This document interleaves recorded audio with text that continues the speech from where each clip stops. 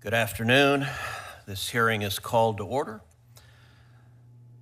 This hearing is focused on hidden in plain sight, confronting the Muslim Brotherhood network in America. You may notice that there are empty chairs on the Democrat side of the dais. The American people should ask themselves why not a single member of the minority decided that a hearing on terrorism was worth their time.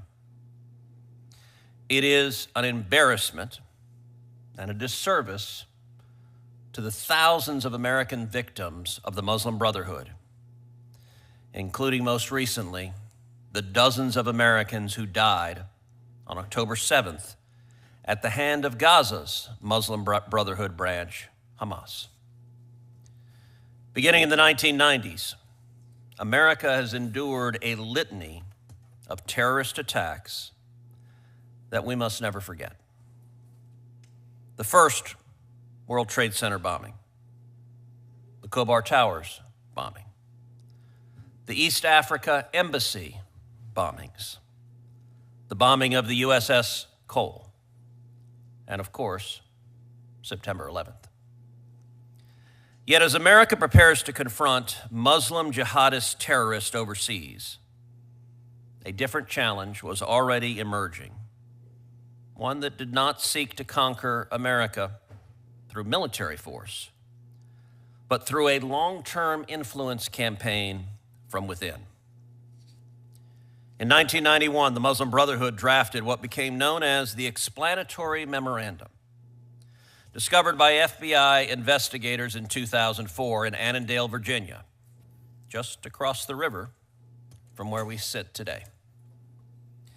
The memorandum described what it called a, quote, civilizational-jihadist process in North America. And it explained that process in unmistakable terms. It declared that the Brotherhood's work in America was, quote, a grand jihad in eliminating and destroying the Western civilization from within and sabotaging its miserable house by their hands and the hands of the believers. But the memorandum did not stop at simply describing an objective. It also explained how to get there. It called on the Brotherhood to, quote, master the art of coalition building, and to, quote, absorb, contain, and cooperate with the existing Islamic organizations in order to advance its mission in North America. History has taught Americans the danger of dismissing determined jihadist movements because their ambitions seem too extreme to be real. The present members of this subcommittee will look at two questions. First, how the Muslim Brotherhood built its network in America. And second, what that network looks like today. The Muslim Brotherhood spawned Hamas, influenced the ideology of Al-Qaeda, and gave rise to multiple terrorist organizations. Egypt, Saudi Arabia, the UAE, and now the United States have all designated the Muslim Brotherhood as a terrorist organization, one of President Trump's most important national security accomplishments and the culmination of a decade-long effort that I've been proud to lead in Congress through repeated legislative measures. But what is less known is the Muslim Brotherhood's network right here in the United States. In 2008, the Holy Land Foundation, then the largest Muslim charity in America, was convicted on 108 counts of funneling money to Hamas, laundering funds, and tax fraud. 5 of its leaders received sentences of up to 65 years. Let me say that again. The largest Muslim charity in America in 2008 funded Hamas. The same Hamas that murdered over 1,200 innocent Israelis, as well as civilians from 52 other countries on October 7th. The same Hamas that kidnapped children, that raped women and little girls, that held innocents hostage, including dozens of Americans. The Holy Land Foundation trial produced an extraordinary body of evidence: wiretaps, internal memos, organizational charts, meeting transcripts, laying bare the Brotherhood's sprawling American infrastructure. Most importantly, prosecutors identified what they alleged was a broader network of organizations operating within the United States. That list included the Islamic Society of North America, the North American Islamic Trust, and most notably, the Council on American Islamic Relations, CAIR. These organizations did not appear overnight. They began on college campuses in the 1960s. They were built patiently over decades through exactly the kind of institution building and coalition building described in the Explanatory Memorandum. Now let's look at the Muslim Brotherhood network today and its influence in the United States today. In fact, just yesterday, Abdul El-Sayed, the son-in-law of a leading member of several Brotherhood groups, won Michigan's Democrat primary for U.S. Senate. Perfect timing for this hearing. Probably explains why no Democrats are here and none intend to attend. Because their campaign is now openly embracing terrorist organizations waging war on America. Behind El-Sayed's political rise sits a much older and more entrenched institutional network. At the center of this sprawling network is the Council on American Islamic Relations. CAIR was founded in 1994 by Brotherhood affiliates. Omar Ahmed and Nihad Awad, two of CAIR's founders, were both captured on FBI wiretaps at the 1993 Philadelphia meeting, where Brotherhood leaders plotted to undermine the Oslo peace process and rally broad support for Hamas in the States. Months later, CAIR emerged as a nonprofit. Many people associated with CAIR have actively aided terrorism and criminal efforts. For example, senior CAIR official Ghassan Elashi was sentenced to 65 years for funneling over $12 million to Hamas. Randall Royer, a former CAIR communications specialist, served 13 years for helping friends join the Taliban. Bassem Khafagi, CAIR's former community affairs director, was deported after pleading guilty to fraud. And Muthana al-Hanouti, former CAIR Michigan director, was convicted in 2011 for violating U.S. sanctions. This pattern is not a coincidence. The Holy Land Foundation prosecution revealed that these organizations did not operate in isolation. They functioned as part of a broader Muslim Brotherhood ecosystem. When one organization collapses, another quickly emerges, often led by many of the same individuals. Consider the Islamic Association for Palestine, or IAP, one of the original Brotherhood organizations identified during the Holy Land Foundation trial. After IAP was driven into bankruptcy through civil liability for supporting terrorism, its leadership did not disappear. They simply reappeared elsewhere. Rafiq Jabir, IAP's former president, became a founding board member of CAIR. Osama Abur Shayed, once employed by two Brotherhood organizations, including IAP, now leads American Muslims for Palestine, or AMP. Salah Sarsour worked for IAP before later joining AMP's board. He was recently arrested by ICE. The names change, the nonprofits change, but the people and the mission remains remarkably consistent. UAE rightly designated CAIR as a terrorist organization in 2014, more than a decade ago. My home state of Texas has done the same. Today, this network sustains itself through interlocking nonprofit organizations, advocacy groups, litigation, political organizing, and taxpayer-funded grant programs. They file lawsuits. They lobby legislatures. They train activists. They organize on college campuses. They challenge school curricula and school policies. They conduct media campaigns and public advocacy, and they win statewide Democrat primaries as recently as just yesterday. Consider how CAIR's leaders responded after October 7th, when Hamas murdered more than 1,200 innocent people in Israel, the deadliest massacre of Jews since the Holocaust. CAIR's executive director and co-founder, Nahad Awad, declared publicly that he was happy to see people breaking the siege. Happy at that horrific terrorist attack. Children murdered in their cribs. And Nahad Awad was, quote unquote, happy.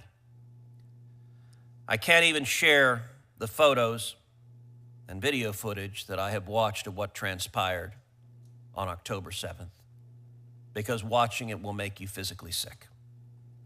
On the very day that Hamas carried out its massacre, Zahra Ballou, executive director of CAIR's San Francisco chapter, celebrated the attacks by posting, quote, "We are witnessing decolonization."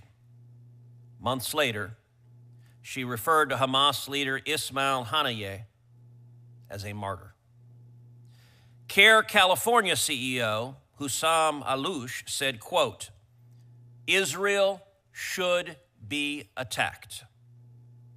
Understand, terrorists slaughtered entire families, kidnapped children and grandparents, raped women, and burned civilians alive in their homes. How do we know this? Because they recorded it themselves. In many instances, the terrorists took video footage of their heinous act, gleefully screaming, "Allahu Akbar."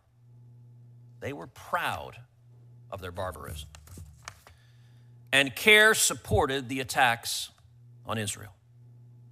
CAIR did not merely issue statements.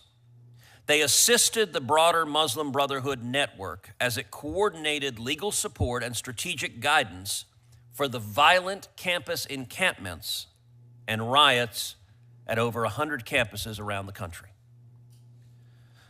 The stories on college campuses were horrific. At the University of Washington, the granddaughter of Holocaust survivors was called names, spit at, laughed at, and told to, quote, "Go back to the gas chambers." Not a lot of subtlety and nuance in that one. At Columbia, when Jewish students were engaged in a patriotic display of waving the American flag and the Israeli flag, an extremist posed with a poster saying, "Al-Qassam's next target." Al-Qassam is the military arm of Hamas, responsible for conducting its terrorist organizations. Extremists are literally calling and advocating for the death of Jewish students on campus. And by the way, the extremist who was in that photograph was not from the Middle East. She was not Palestinian. She was a pretty blonde girl from Georgia who went to Columbia to be radicalized by zealots who hate America. The situation got so bad that the Orthodox rabbi on campus, Rabbi Eli Buchler, had to make this public statement, quote, "The events of the last few days have made it clear that Columbia University's public safety and the NYPD cannot guarantee Jewish students' safety, in the face of extreme anti-Semitism and anarchy, I would strongly recommend you return home. That is a university that is failing its most basic mission, which is to protect the safety of the students enrolled at that university. The events we witnessed on college campuses after October 7th did not emerge from nowhere. They were not spontaneous, they were not organic. They were the product of an organized network that has spent decades building influence inside the United States. Just look at this dais. My Democrat colleagues have chosen not to participate. That's their right.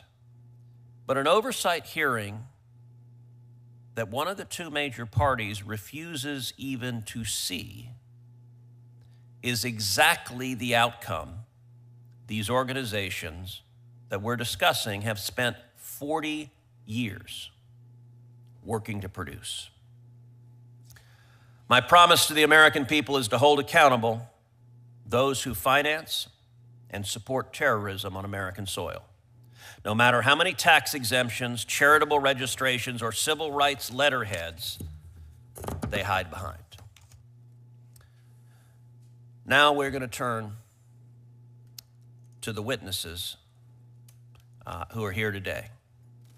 Our first witness is Laura Burns. Laura Burns is the head of terrorism research at the Program on Extremism at the George Washington University. She is a distinguished attorney and retired federal agent with more than 23 years of experience leading teams in complex international terrorism investigations. At the outset of her career as an FBI special agent, Ms. Burns led the Department of Justice's largest terrorism financing prosecution, the United States versus the Holy Land Foundation, which led to the conviction of some of Hamas's top fundraisers in America. She was later hand-selected to serve as an FBI Special Assistant U.S. Attorney in the Northern District of Texas, assigned to the National Security Section, where she litigated a variety of federal criminal cases.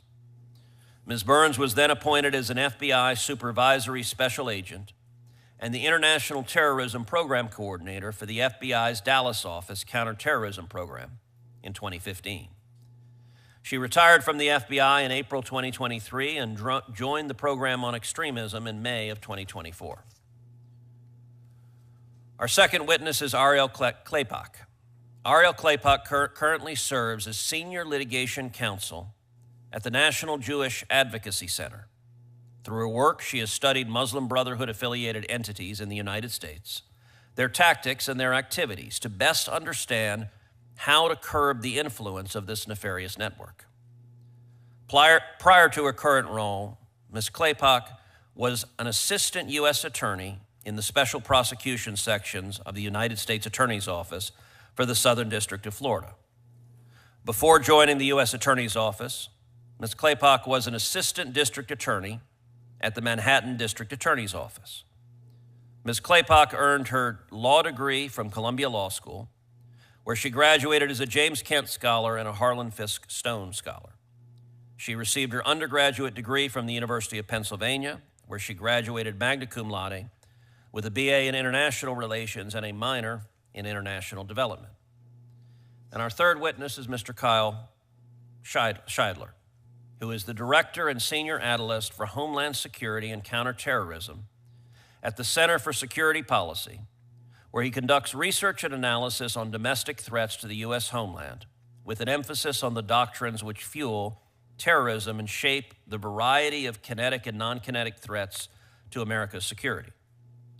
He has briefed senior U.S. government personnel, members of Congress, federal and state local law enforcement officers, and he has testified before the U.S. Senate Judiciary Committee, the Subcommittee on the Constitution, and the Canadian Senate Standing Committee on National Security and Defense. Mr. Scheidler served as an expert witness in the first federal terrorism trial against members of Antifa. He is the author of Modern Minutemen, Vital Considerations to Secure America's States in the 21st Century, and Understanding Black Identity Extremism, Considerations for Law Enforcement. And he is the editor of Unmasking Antifa, 5 Perspectives on a Growing Threat, and a contributing author to Saudi Arabia and the Global Islamic Terrorist Network. Finally, Mr. Scheidler is a graduate of Boston University and was a Lincoln Fellow with the Claremont Institute. And Ms. Burns, we'll start with you. You are recognized for your opening statement.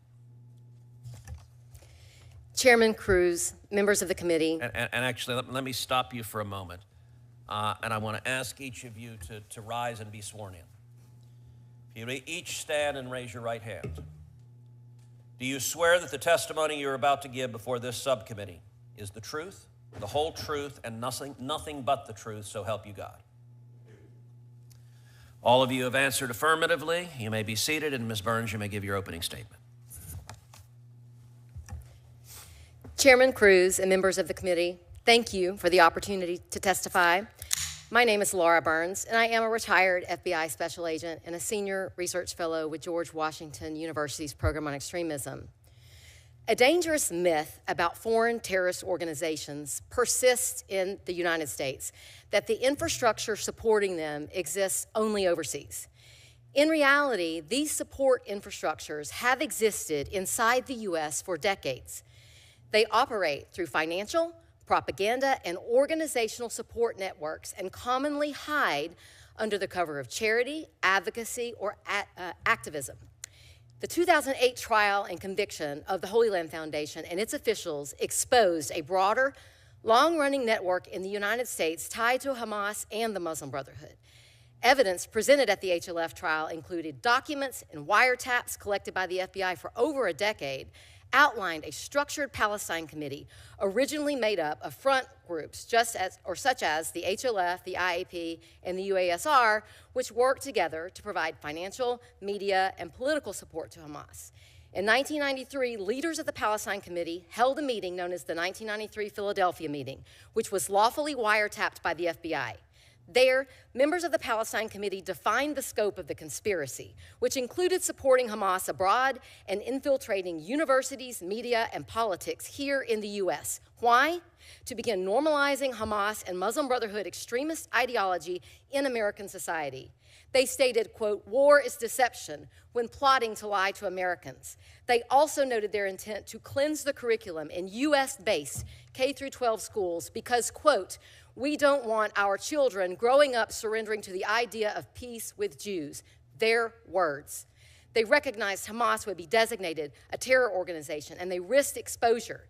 They agreed to continue to pursue their agenda by cloaking themselves under the cover of legitimacy.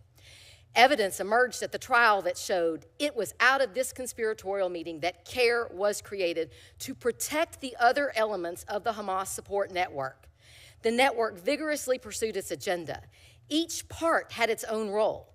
The HLF's role in the conspiracy, before it was designated as a terror front in 2001, was to send money to Gaza and the West Bank to support the Hamas social infrastructure. The IAP's role was to disseminate Hamas propaganda here, and CAIR's role in the conspiracy was to defend and protect the other elements of the Hamas support network and to pressure others to adopt its narratives or remain quiet.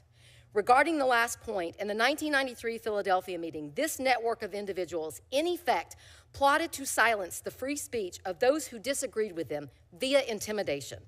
Specifically, meeting attendees agreed that they must, quote, "pressure others to adopt their narratives or remain neutral." It should be noted that a co-founder of CAIR, Nahad Awad, was an active participant in this conspiratorial meeting, and he remains the executive director of CAIR to date. Elements within this network have evolved and rebranded, and CAIR's pressure tactics are still in play. CAIR and other elements of this network appear to have continued their acts in furtherance of the conspiratorial agenda, as detailed extensively in my written testimony today. For decades, narratives have been intentionally seeded into public discourse that portray terrorist organizations as resistance movements, excuse acts of violence, and intimidate critics into silence. On college campuses, in activist spaces, and across social media, slogans and rhetoric that once existed on the fringes have become normalized. And too often, people who raise concerns are immediately labeled hateful, intolerant, or extremists themselves. But free societies cannot function when intimidation replaces debate. The First Amendment protects speech, it protects dissent, it protects protest, but it does not protect material support to terrorism. It does not protect criminal conspiracies, and it does not require Americans to ignore evidence introduced in federal court simply because that evidence is politically uncomfortable. The history of this network is not in question. It was made public decades ago, but few paid attention. Now is the time to pay attention and understand the facts. The lesson from history is clear. Terrorist organizations do not survive on violence alone. They survive through networks that raise money, shape narratives, recruit supporters, and legitimize extremism. If we fail to recognize how those networks evolve and adapt, we will continue fighting yesterday's threats while tomorrow's are being built in plain sight. Our greatest vulnerability is not a lack of information, it is a failure to act on what decades of evidence have already revealed. Thank you very much. Thank you, Ms. Burns. Ms. Claypock, you're recognized for your opening statement. Thank you. Chairman Cruz and members of the committee, thank you for the opportunity to testify today. My name is Ariel Claypack, and I am Senior Litigation Counsel at the National Jewish Advocacy Center and a former federal prosecutor. When someone tells you who they are, believe them. The Muslim Brotherhood told us their strategy for the West, but don't take my word for it. They put it on paper. In 2004, the FBI seized a memorandum from the home of Muslim Brotherhood member and Hamas US-based archivist Ismail el-Barase. The memo, written in 1991, described the work of the Muslim Brotherhood in the United States as, and I quote, a kind of grand jihad in eliminating and destroying Western society from within. In 1993, after the announcement of the Oslo Peace Accords, a peace agreement between the Israelis and the Palestinians, Muslim Brotherhood and Hamas members met in Philadelphia to discuss their plan to thwart the agreement. The FBI wiretapped the meeting, where the participants suggested the creation of a neutral-sounding organization for the purpose of deceiving Americans. That organization is the Council on American-Islamic Relations, or CAIR. 35 years later, their plan is working just as designed. This is not a relic of the 1990s. It is a foreign terror-supporting movement on American soil targeting our Constitution and our founding principles. I would ask you to remember three things. These organizations are dangerous, they are in our schools, and they hide by abusing the very legal system they are working to dismantle. CAIR and its officials platform and maintain relationships with designated terrorists, not then, but today. Here are just a few examples. One, in 2025, the executive director of CAIR Ohio moderated an event that featured a member of Hamas. CAIR called it an oversight. Two, the International Union of Muslim Scholars, or IUMS, founded by the now designated foreign terrorist organization, the Egyptian Muslim Brotherhood, amplifies CAIR's work. This amplification is ongoing. This is the CAIR content that is on the IUMS website today. Three, CAIR's current executive director and 1993 meeting participant, Nihad Awad, has appeared at IUMS events, eulogized a US designated terrorist who was also Osama bin Laden's spiritual leader, and openly celebrated Hamas's murder of civilians.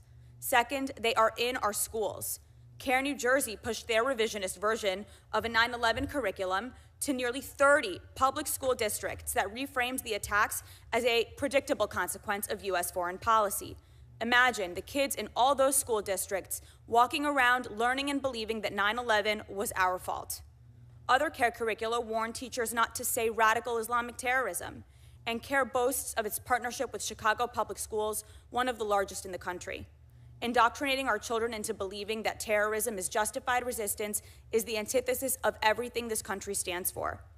Third, they abuse the legal system to shield themselves from discovery. For example, in Texas, where CAIR is challenging its terrorist designation, they have repeatedly resisted turning over discovery the judge has ordered them to produce. The state has had to file 4 different motions to compel the discovery that CAIR was already ordered to produce by the judge. When a former board member publicly exposed that CAIR was receiving foreign funding through the Washington Trust Foundation and hiding it from its own board, CAIR sued her for defamation, then dropped the suit the moment the discovery turned to its donor records. And in Virginia, CAIR's affiliate organization, American Muslims for Palestine, was held in civil contempt for defying the Virginia Attorney General in a fraud investigation. In Illinois, the same lawyers were ordered to pay attorney's fees for engaging in, quote, baseless discovery disputes in litigation that they have already dragged on for nearly 20 years. So what can we do? Thankfully, most of what is needed is simply to enforce the laws we already have: Treasury sanctions, material support and racketeering investigations, and IRS review of these so-called charities that were never legitimate in the first place. Those steps are detailed extensively in my written testimony. But if I leave you with one legislative fix, let it be this: close the successor organization loophole. When the Boehm family won a $156 million judgment for Hamas's murder of their American teenage son, the defendants dissolved and reappeared within a year under a new name. An entity found liable for material support should not escape by renaming itself, forcing both terror victims and the courts to play whack-a-mole for decades before achieving accountability. The Muslim Brotherhood told us who they are. They told us that they wanted to infiltrate American universities, media outlets, and research centers, and that is exactly what they've done. They teach our kids that 9/11 was our fault. They legitimize terrorism as justified resistance, and they abuse our legal process so that those who seek to expose them for who they really are, Muslims included, are silenced. We haven't been listening, and Americans pay that cost every day. We have the tools to fix this, and we must continue to act. Thank you.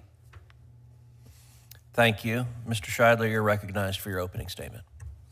Chairman Cruz, distinguished senators, I'd like to thank you for the opportunity to testify today.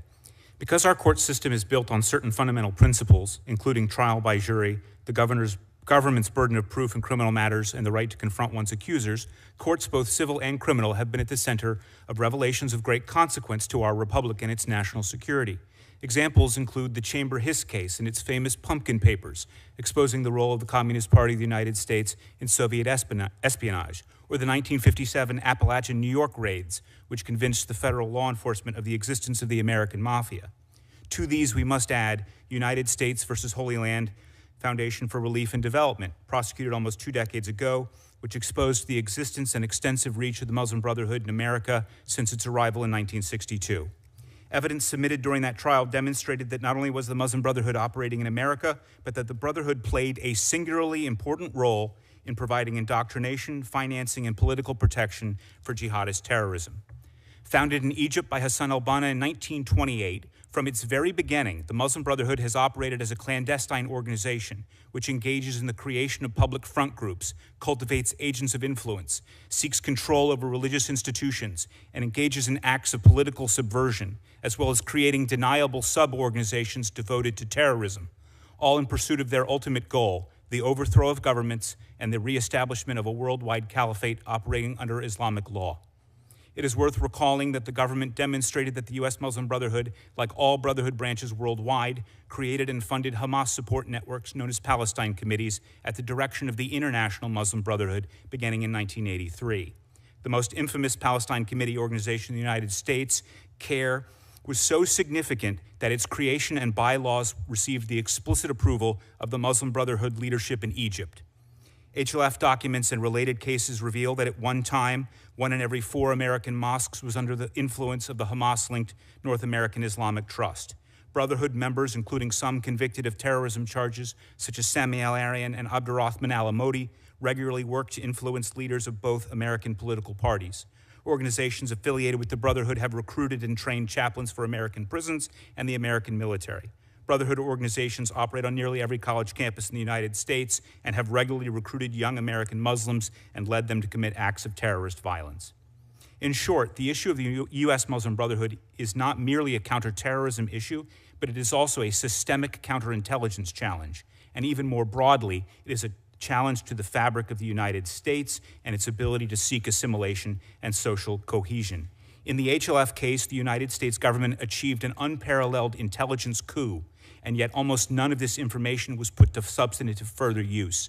HLF would be the last domestic Muslim Brotherhood charity designated by the U.S. Treasury Department. There were no further prosecutions for material support.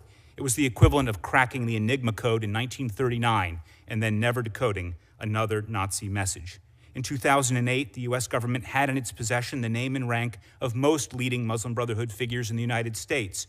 I would encourage the senators to demand, in an appropriate classified setting, that U.S. intelligence deliver the same levels of insight into Brotherhood operations today. The federal government's disinterest in the challenge of the Muslim Brotherhood has largely been answered by private efforts at the local and state level. These have included educational efforts, but also legislative and judicial responses. More than 6 state legislatures have passed resolutions condemning CAIR. 2 states, Florida and Texas, have publicly declared the group a terrorist organization. Some state attorneys general are currently pursuing investigations into Brotherhood-linked entities. There have been efforts in federal court to enforce federal court judgments against elements of the Palestine Committee, as well as lawsuits seeking to expose the role of foreign funding in CAIR. Unfortunately, in multiple cases, as was already outlined, Brotherhood affiliates have successfully utilized lawfare to avoid complying with discovery. Critics will claim that the data derived from the HLF case and related cases are decades old. This is true, but it's also misleading. When studying clandestine networks, one must realize that they are established over many decades as trained cadre move through positions of trust in the network's various fronts. Such individuals are not easily replaced, and they will regularly reappear. A historic snapshot of such a network and the players in it, far from being irrelevant, is a crucial piece of the puzzle, prized by both intelligence practitioners and historians. In conclusion, it is those who insist that the Brotherhood is a leopard who has somehow changed its spots who should be the ones required to meet the burden of proof, because the U.S. government has already proved beyond a reasonable doubt what the Muslim Brotherhood is. Thank you to each of you for your testimony, which was highly enlightening. Ms. Burns, I want to start with you. Thank you for your work defending the safety of all Americans. We are indebted to you for your 23 years of service. As the lead investigator and prosecutor in the Holy Land Foundation investigation and prosecution, you have become deeply knowledgeable on the Muslim Brotherhood network operating in America. I want to start with a fundamental question. What should Americans be worried about the Muslim Brotherhood? Thank you for the question. I think Americans need to understand the extent of the threat that this movement poses and the extent of their ability to achieve their goals and their patience in obtaining success in this. The strategy that they have set in place involves the erosion of our democratic principles. It involves the erosion of our personal freedoms. It involves the erosions of the very principles upon which this country was created. And the individuals within this network do not have a deadline. If it takes them 100 years to achieve this goal, they will steadily pursue it. That is something that I think in general Americans have a hard time understanding, is the stamina that this network possesses and the lethality that exists within it. Because ultimately, their goal is to erode our society and turn it into something that none of us want or need. In the Holy Land Foundation prosecution, how many entities did the government identify as unindicted co-conspirators and joint venturers? I don't remember the exact number, but it was hundreds. Do you believe some of these groups were likely providing material support to terrorists? I do. And are some of these groups still in existence today? Yes, sir, they are. Do you believe they are still actively members of the Muslim Brotherhood network? I do. Is the conspiracy under which the Holy Land Foundation was prosecuted still in existence today? I believe that it is. To understand what got left on the table after the Holy Land Foundation prosecution, we have to look at who was in the room at that Philadelphia meeting in 1993. CAIR was named as an unindicted co-conspirator in the Holy Land Foundation prosecution, correct? Yes, it was. Has CAIR, to your knowledge, ever formally disavowed the Holy Land Foundation? No, they have not. CAIR was founded by Omar Ahmed and Nahad Awad. Both men were captured on FBI wiretaps at that infamous meeting where Hamas operatives discussed strategy on U.S. soil. Is that right? That's correct. Nahad Awad is still the executive director of CAIR today. Is that right? He is. So when CAIR tells this Congress it has no ties to Hamas, the documented record says otherwise. Is that correct? That is correct. Agent Burns, if you were still an active FBI agent today, with the evidence you developed in the Holy Land Foundation prosecution, would CAIR be on your list of organizations warranting further investigation? It would.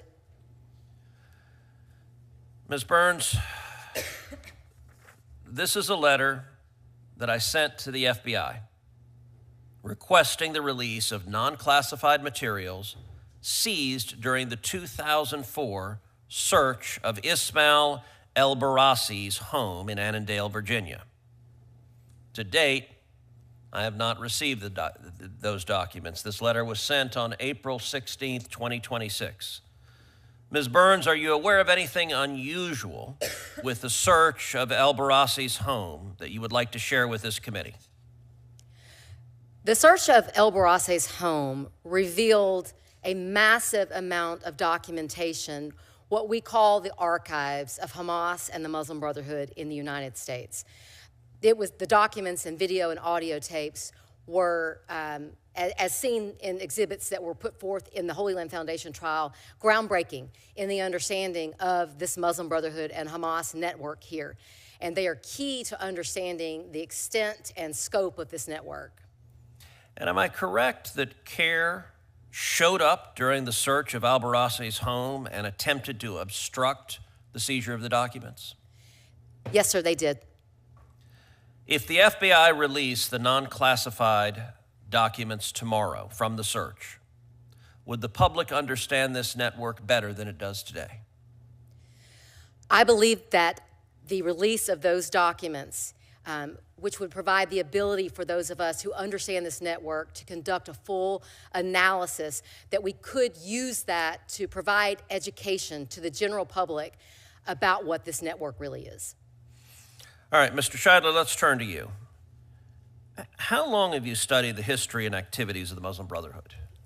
Since about 2007, 2008, actually with the rise of the Holy Land Foundation trial, it really piqued my interest, and it's fair to say it changed my entire career trajectory. Do you believe that there is a Muslim Brotherhood branch operating in the United States? Yes. Are there ever instances where the Brotherhood groups engage in America in acts of violence? Yes, there are. I would include individuals associated with Brotherhood-linked mosques who have engaged in acts of terrorism. I would include individuals associated with Muslim students associations, dozens of which have committed acts of terrorism. I would also include the role in the promotion of rioting and civil disorder conducted by groups like Students for Justice in Palestine and the Palestinian Youth Movement. What you've described is exactly why I introduced the Stop Funders Act, which would add rioting to the RICO predicate offenses so that the Justice Department can reach the entities that fund and coordinate these riots.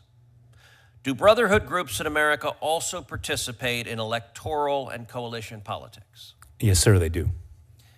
Is that consistent with the Tom Keene framework described in the Explanatory Memorandum, working through existing institutions rather than displacing them?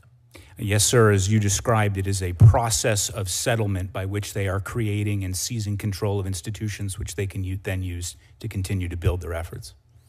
Does Abdul El-Sayed's candidacy for senator in Michigan concern you? Yes, sir, it does. Why is that?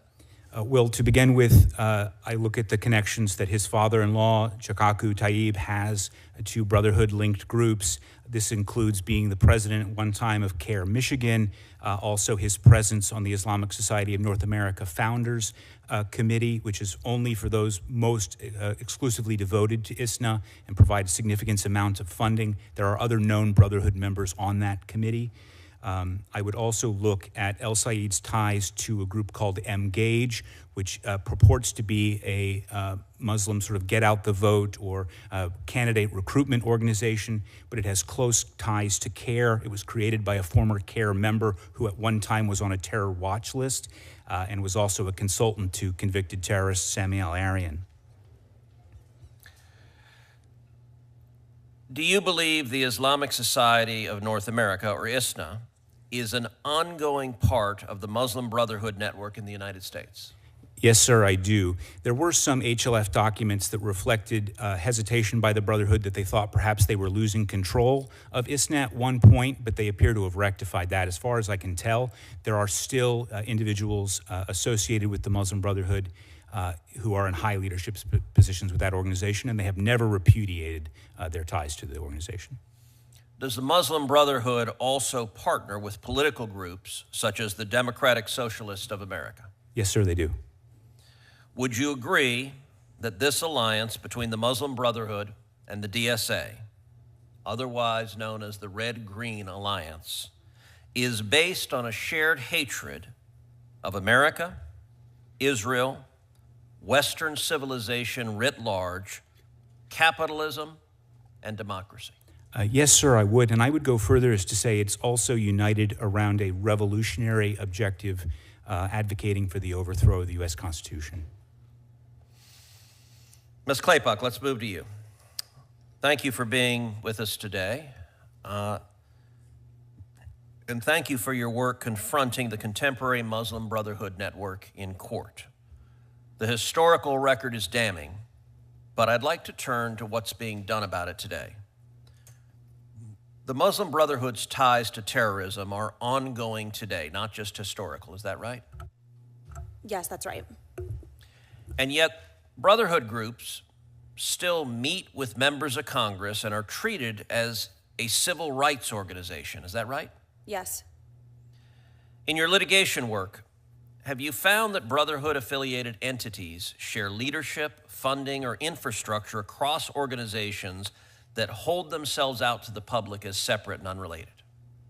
That's correct. For example, the Islamic Association for Palestine, after it was shut down, after being sued and a judgment of $156 million entered against it, shut down with the same leaders and created a new organization called American Muslims for Palestine.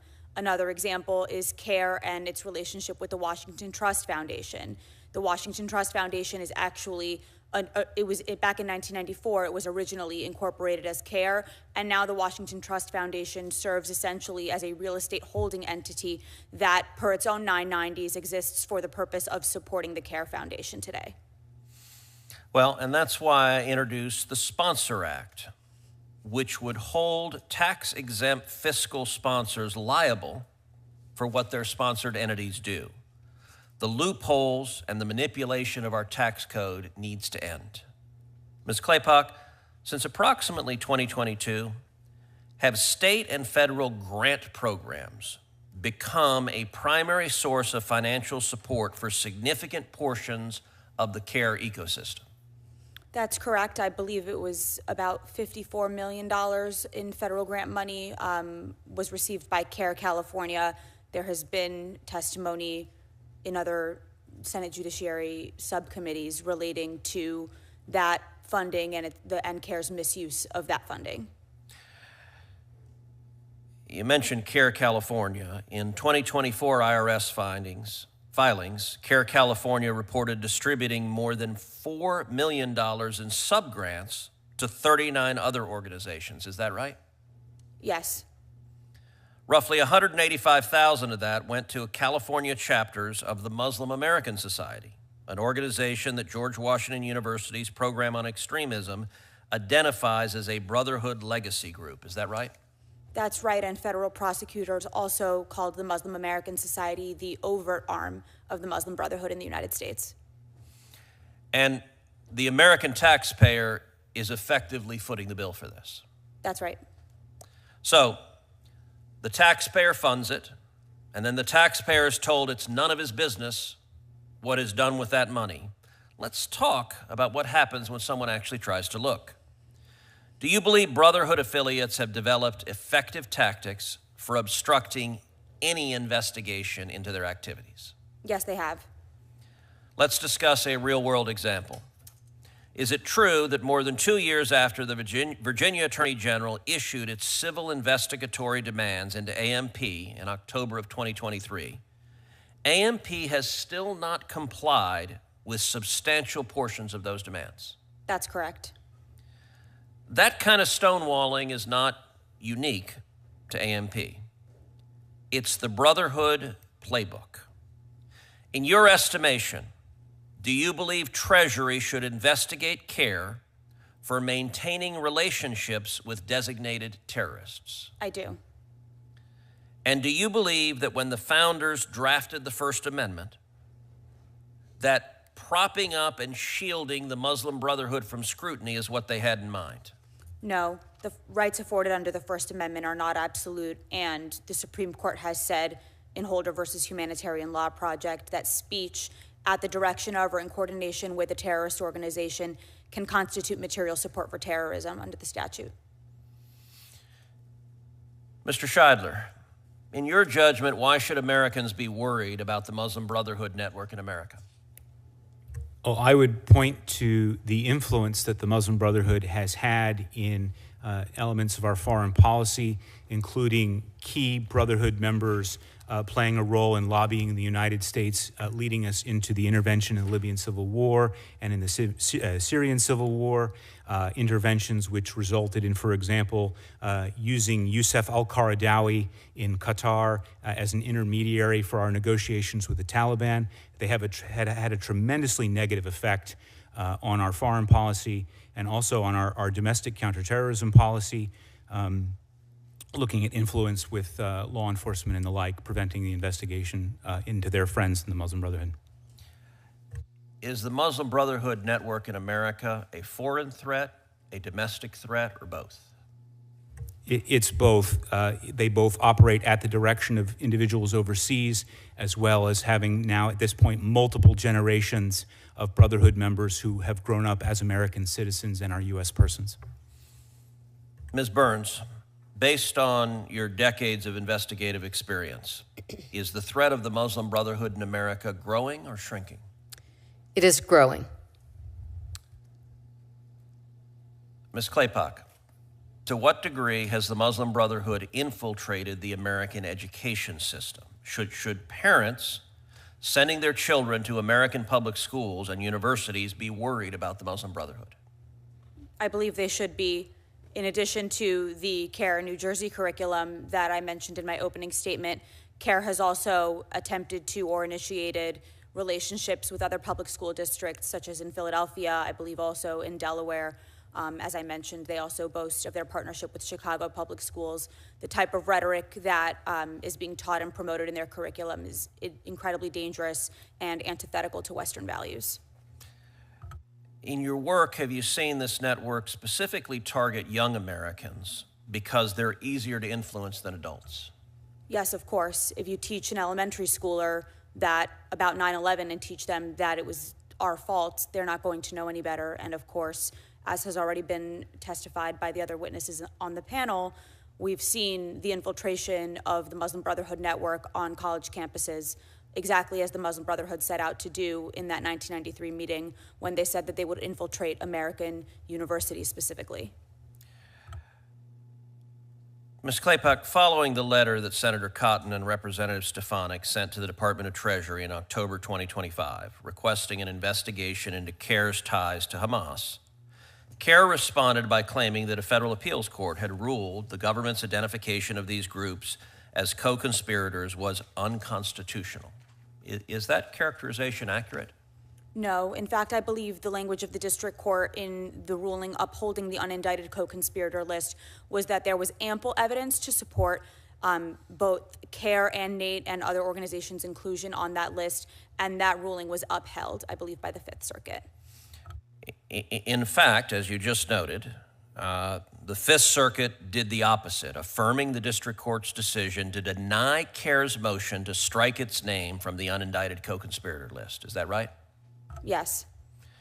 And that ruling, finding sufficient evidence of CAIR's involvement in the conspiracy as the successor organization to the Islamic Association for Palestine, has never been reversed. Is that right? I believe that is the ruling that found that CAIR's inclusion on the unindicted co-conspirator list was valid and not unconstitutional. I don't believe that that has ever been overturned. So when CAIR tells the public and tells Congress that a federal court vindicated it, that claim is a lie, is it not? It is. Agent Burns, CAIR and other Muslim Brotherhood affiliated groups have long referred to the convicted Holy Land Foundation defendants as political prisoners, implying that they were imprisoned for their beliefs. Based on the trial record you helped build, is that an accurate description? It is completely inaccurate. Labeling prisoners as political prisoners does as you say. It implies that there was no due process, that people are imprisoned because of their beliefs or merely because of their speech.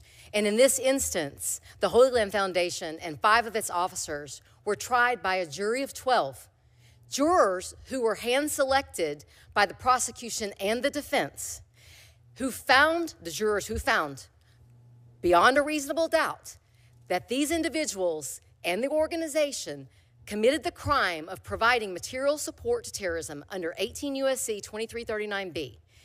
And then the defense appealed that judgment on many grounds to the Fifth Circuit, and the Fifth Circuit examined all of those issues and wrote a lengthy, almost 100-page opinion addressing those issues and affirming the convictions. And then the defendants applied for certiorari with the Supreme Court, who denied it. Therefore, they received exactly what our Constitution provides, due process, and expended all of their efforts challenging that. So I would say that that is an absolute mischaracterization of those individuals in that entity. And isn't it true that those men were convicted by a jury on all counts after weeks of testimony, wiretaps, financial records establishing that they knowingly funneled money to a designated terrorist organization? Yes.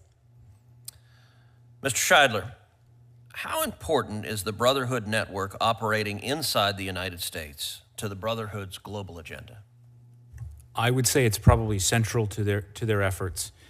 While they have influence in other countries that is perhaps more significant, the importance of influencing the United States is preeminent. Let's turn to the American Muslims for Palestine. Ms. Claypack, there are serious allegations that AMP is effectively the alter ego of the Islamic Association for Palestine, the original Hamas propaganda front in the United States. Is there evidentiary support for that? Yes, there is. That case is currently in litigation and scheduled to go to trial in February of next year. The district court judge in that case ruled against AMP, in multiple motions to dismiss, claiming that there was insufficient evidence of alter ego status.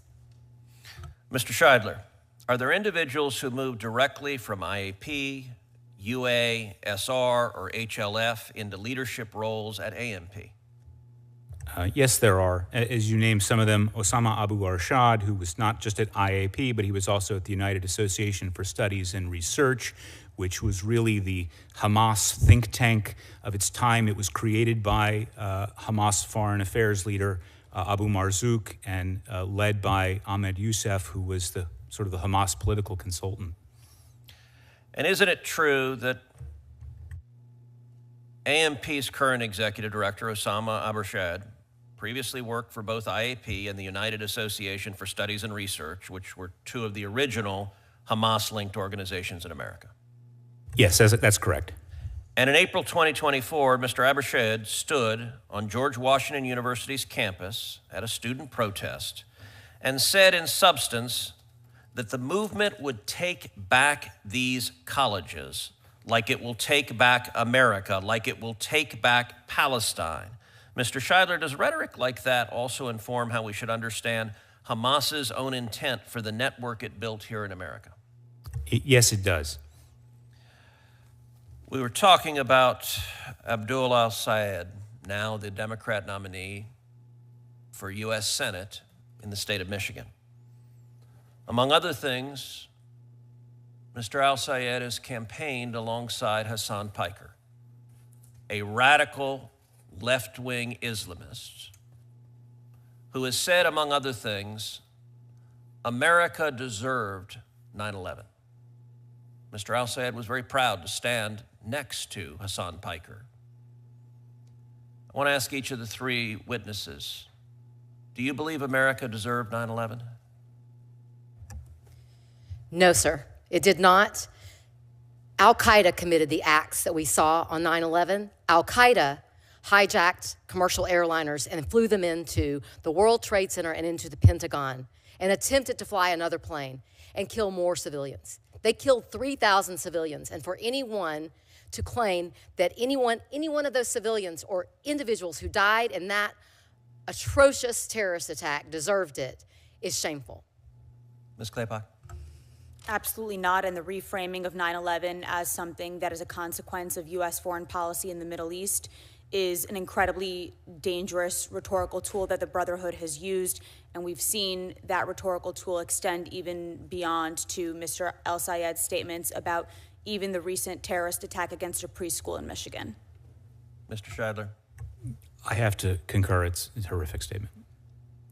Final question. What does it say to you that today's Democrat Party is proudly supporting Mr. Al-Sayed as a Michigan U.S. Senate candidate and will funnel money, support, and advocacy behind his candidacy, notwithstanding his willingness to embrace someone like Hassan Piker, who says America deserved 9/11? Mr. Scheidler?